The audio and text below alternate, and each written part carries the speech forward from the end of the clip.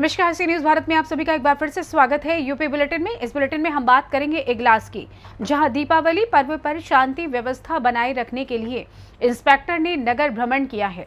साथ ही चर्चा करेंगे ललितपुर की, जहां जिलाधिकारी ने 600 बोरी खाद किसानों तक पहुंचाई। इन तमाम खबरों पर करेंगे विस्तार से चर्चा।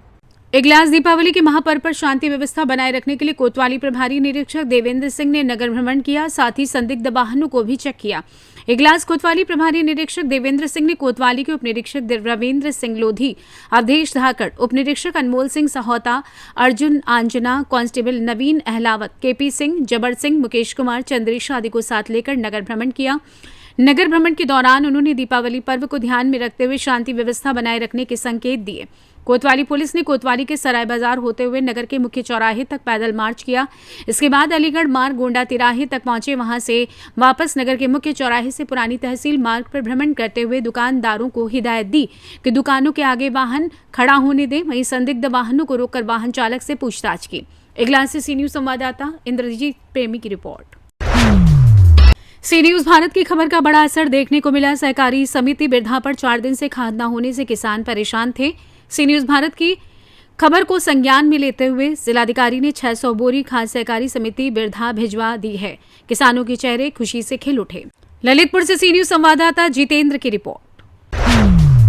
विकासखंड पूरनपुर परिसर में जय मां काली स्वयं सहायता समूह ग्राम पंचायत पिपरिया, जयभद्र एवं कादरी स्वयं सहायता समूह ग्राम पंचायत ढका जमीना पूरनपुर के द्वारा एलईडी बल्ब का स्टॉल लगाया गया। राष्ट्रीय ग्रामीण आजीविका मिशन द्वारा स्वयं सहायता समूह का गठन किया जाता है, जिसका मुख्य उद्देश्य स्वयं सहायता समूह से जुड़ी दीदी व महिलाओं को रोजगार से जोड़कर उन्हें स्वावलंबी व आत्मनिर्भर बनाना है। साथ ही रोजगार से जुड़कर उनके परिवार की आर्थिक स्थिति में भी सुधार लाना है, जिसमें उल्फत अली, लालाराम, ब्रिजेश शर्मा की अहम भूमिका रही। और इस मौके पर सीएम फेलो कीर्ति दीक्षित, ग्राम प्रधान रामअवतार, सोनपाल चतीपुर, दिनेश पाल कपूर, विजय पाल सिरसा, शिवपाल मोहनपुर व सुनील कुमार आदि लोग मौजूद थे। आइए जानते हैं इस विषय में खंड विकास अधिकारी पूरनपुर एवं प्रशिक्षक स्वयं सहायता समूह विकास भवन पीलीभीत का और क्या कुछ कहना था। मैम, जैसा कि देख रहे हैं यहाँ पर आजीविका मिशन के तहत कैंप लगाया गया है और दीपावली भी करीब है। देख रहे हैं यहाँ पर बल्ब भी है, तमाम तरह के वस्त्र भी भगवान के। इस संबंध में क्या कहेंगे?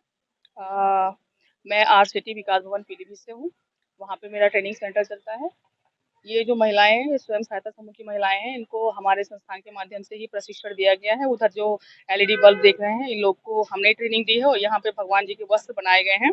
ये वस्त्र हमारे स्वयं सहायता समूह के सदस्यों ने ही बनाए हैं। इनको हमने ट्रेंड किया है ताकि ये कुछ बना करके एक अर्निंग का जरिया एक उपलब्ध हो। तो उसके लिए ही आज आने वाली दीपावली में ये लोग यहाँ पे स्टॉल लगाए हैं। इससे इनका प्रचार भी हो जाएगा और अपने घर से भी ये लोग काम स्टार्ट करने वाले हैं। जैसे कि गाँव समूह बन रहा है, इससे काफी जागरूकता फैल रही है। बिल्कुल बिल्कुल। और आत्मनिर्भर महिलाएं हो रही है, इस संबंध में क्या कहना चाहेंगे? स्वयं सहायता समूह का एक ये जो पॉलिसी ये निकाली, योजना निकाली है, ये बहुत अच्छी है। पहले महिलाएं घर से बाहर निकलना मुश्किल समझती थी, आना जाना मुश्किल होता था। ये एक अच्छी शुरुआत है। तो ये एक अच्छा रिस्पांस मिल रहा है महिलाओं को, हमारे संस्थान के माध्यम से दिया जा रहा है। हमारे संस्थान के माध्यम से जितने भी एसएचजी होते हैं, बीपीएस होते हैं, उन लोगों को हम लोग ट्रेनिंग देते हैं। ट्रेनिंग में हमारे ये जनरल डीपी के अंदर एग्रीकल्चर से रिलेटेड भी होते हैं, हमारे नॉन फॉर्म वाले भी होते हैं। हम कृषि विभाग वाले जो स्पॉन्सर्ड कैंडिडेट हैं उनको भी ट्रेनिंग देते हैं, डूडा वालों को भी देते हैं, कुछ हमारे सेल्फ के भी होते हैं। ये एनआरएलएम के थ्रू हमें स्पॉन्सर्ड किए गए कैंडिडेट हैं, उनको हमने ट्रेनिंग दी। राष्ट्रीय ग्रामीण आजीविका मिशन के अंतर्गत जो ग्राम पंचायतों स्वयं सहायता समूह बनाए जा रहे हैं, योजना का मुख्य उद्देश्य है कि हम जो ग्राम पंचायत में महिलाएं हैं उनको सशक्त करें। उसी का एक ये प्रयास है। जैसा आप देख रहे हैं, 3 समूहों द्वारा यहाँ पे स्टॉलें लगाई गई हैं, जिसमें एलईडी बल्ब हैं, कपड़े हैं। ये प्रयास ही किया जा भगवान की व्यवस्था है, प्रयास ही किया जा रहा है कि इसका प्रचार प्रसार भी किया जाए। और ब्लॉक पे चूँकि काफ़ी लोग आते भी हैं, ग्राम प्रधान भी आते हैं, तो उनके माध्यम से और लोगों के पास भी जागरूकता पहुँचे, अन्य दीदियों के पास भी जागरूकता पहुँचे कि योजना का मुख्य उद्देश्य स्वावलंबी बनाना, महिलाओं को स्वावलंबी बनाना है, वो उद्देश्य पहुँचे। उसी का एक छोटा सा प्रयास है। आरसीटी से मैडम आई, इन्होंने ट्रेनिंग भी दी है। और अभी पिछले हफ्ते पूरनपुर देहात के आपके पंचायत भवन में वहाँ भी महिलाओं को ट्रेनिंग दी गई थी एलईडी बल्ब की और ये झालर बनाने की। तो उसी क्रम में ये प्रयास है। स्टॉल लगाने का था, तो हमने हमारे पास डीसी मैम का फ़ोन आया था कि कहाँ आप लगाना चाहेंगे। मैं कहा ब्लॉक पे लगवाते हैं। सबसे पहले शुरुआत ब्लॉक पे हो। ब्लॉक पे आप लोग भी आते हैं, हमारे पत्रकार बंधु भी हैं, ग्राम प्रधान भी हैं, सामान्य जनता भी आती है। सभी लोग जागरूक होंगे। आप भी जैसे एंटर किए होंगे, तो आपने भी देखा होगा, तो आपको लगा होगा कि यहाँ कुछ है। तो आप अपने चैनल के माध्यम से, अन्य आपके साथियों के माध्यम से इसका प्रचार प्रसार करिए, ताकि ये दीदी, और हमारा आप सबसे अनुरोध है कि आप सामान दीदियों से खरीदिए, हम भी खरीदेंगे, आप भी खरीदिए, ताकि एक तो इनके सामान की बिक्री हो, इनको भी थोड़ा सा मोटिवेशन मिले और अन्य लोगों को जागरूकता मिले। पीलीभीत से सी न्यूज संवाददाता हैदर खान की रिपोर्ट। प्रयागराज जिले में औद्योगिक थाना क्षेत्र के वेदो गांव में बीते 13 अक्टूबर को वेदो गांव के पीछे नाली में युवती का शव उतराता मिला था, जिसके बाद गांव में हड़कंप मच गया था। सूचना पर पहुंचे औद्योगिक प्रभारी ने शव को कब्जे में लेकर जांच शुरू कर दी थी, जिसमें चौंकाने वाला खुलासा पुलिस द्वारा किया गया था, जिसमें युवती के भाई ने ही युवती महिमा की हत्या अपने मामा और मां व अन्य सहयोगियों की मदद से शव को नाली में छिपा दिया था। एसीपी करछना वरुण कुमार ने पूछताछ में मृतका महिमा की मां और भाई ने बताया कि मृतका युवती का किसी से संबंध था, जिसको लेकर कई बार मना किया गया, लेकिन वो मानने को तैयार नहीं थी। घटना वाले दिन भी वो युवक से मिलने की जिद कर रही थी, मना करने पर नहीं मान रही थी, जिससे उसकी हत्या कर दी गई।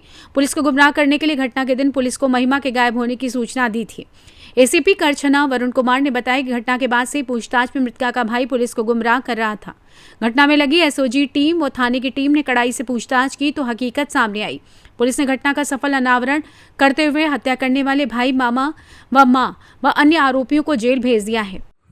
इसमें थाना औद्योगिक क्षेत्र के अंतर्गत गांव बेंदो के पास 13 अक्टूबर को एक बच्ची की गुमशुदगी की रिपोर्ट लिखाई गई थी।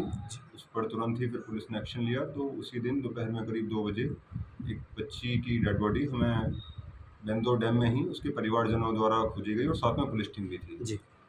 बाद में उसका जो पोस्टमार्टम हुआ तो उसमें मेडिकल में स्मूदरिंग आया, जिसमें गला दबा के और हाथ रखने से मुख पे मारने की पुष्टि हुई थी। उसके बाद हमारी टीमें इसमें गठित करी गई, एसओजी भी साथ में इसमें लगाई गई। उसमें कल 28 तारीख को इसमें 4 लोगों की गिरफ्तारी करी गई है। इसका मेन कारण था, जो बच्ची थी उसके परिवारजनों ने ही यह घटना कारित करी गई है। इसमें उस बच्ची के कुछ किसी के साथ संबंध था, उसी को लेकर इनके घर वालों को आपत्ति भी थी उसमें बहुत ज़्यादा, पहले भी समझाया गया था।